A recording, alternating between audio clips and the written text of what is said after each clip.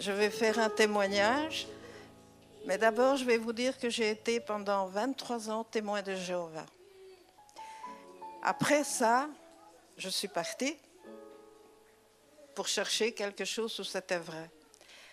J'ai acheté une Bible et en lisant ma Bible, jour après jour, 3-4 fois par jour, je devais vraiment avoir une connaissance. Je devais pouvoir parler de ma Bible sans l'avoir dans mes mains. Et je suis arrivée à faire ça. Mais je n'étais pas heureuse complètement. De ce fait, je me suis accordée sur porte ouverte. Et j'aimais bien d'écouter les discours de ce pasteur, mais ce n'était pas encore assez. Il me manquait toujours quelque chose. Et puis un jour, mon fils il vient et il me téléphone et il me dit « Maman, il dit, j'ai trouvé une église, il dit qu'il pourra te convenir parce que mon pasteur a dit que c'est là que tu dois aller. » Et je dis « Bon, ben ça va, c'est bon, si je t'en ai trouvé une, dis-moi où c'est. » Et il me dit « Maman, il dit c'est à Forêt. » À Forêt? C'est pas à côté de Kuckelberg, hein? Mais mon fils, il me dit, tu seras contente, il dit, parce qu'il avait fait connaissance de notre pasteur, qui est le mien maintenant aussi. Et il avait fait connaissance et il m'a dit, tu verras, il dit, tu te plairas. Il dit, mais lorsque tu iras, il dit, parce que j'avais fait une mauvaise expérience, j'avais trouvé une église à 15 minutes de chez moi, protestante aussi. Mais pendant 1 an, j'ai parlé 2 fois au pasteur, la première fois pour lui dire que j'étais baptisée, et la deuxième fois pour un livre que j'aurais voulu lire. Et dans leur bibliothèque, il m'a dit, tu peux le prendre, je dis, je vais le payer. Il dit, non, il dit, tu le prends et tu peux le garder. Je l'ai gardé d'ailleurs, je l'ai donné à quelqu'un d'autre. Conclusion, 1 an j'ai perdu, parce que pendant 1 an, je n'ai rien reçu.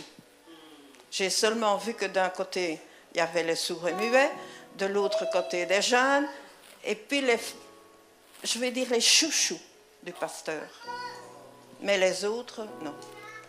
Et pour finir, je dis à mon fils, je dis, si je reste là, ma foi, elle va s'éteindre, parce que je n'ai pas de contact, j'ai rien. La TV, le masou, tout ça c'est bien, mais vous n'avez pas la chaleur des frères et sœurs. Et ça me manquait. De ce fait, mon fils, donc, il m'a dit, tu t'assiras. Donc, je suis venue en taxi pour ne pas tomber, parce que j'ai la spécialiste de tomber par terre, même sur des feuilles de cigarettes. Je tombe. Et là-dessus, mon fils m'a dit, je pris un taxi pour venir, et il m'avait dit, tu t'assis et tu ne dis pas un mot, maman. Ah ben ça va, pour me faire taire, il faut beaucoup, mais enfin...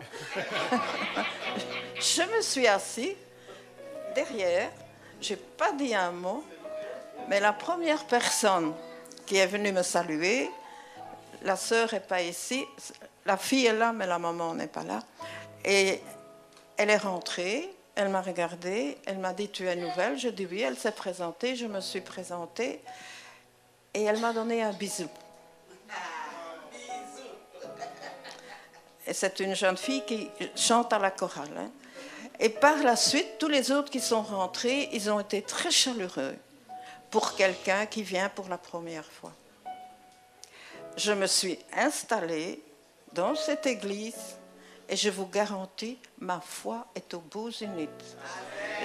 Franchement, je peux rendre témoignage n'importe où. Et Dieu sait que mes chauffeurs de taxi, ils ont pour leur argent, parce que je leur fais des témoignages.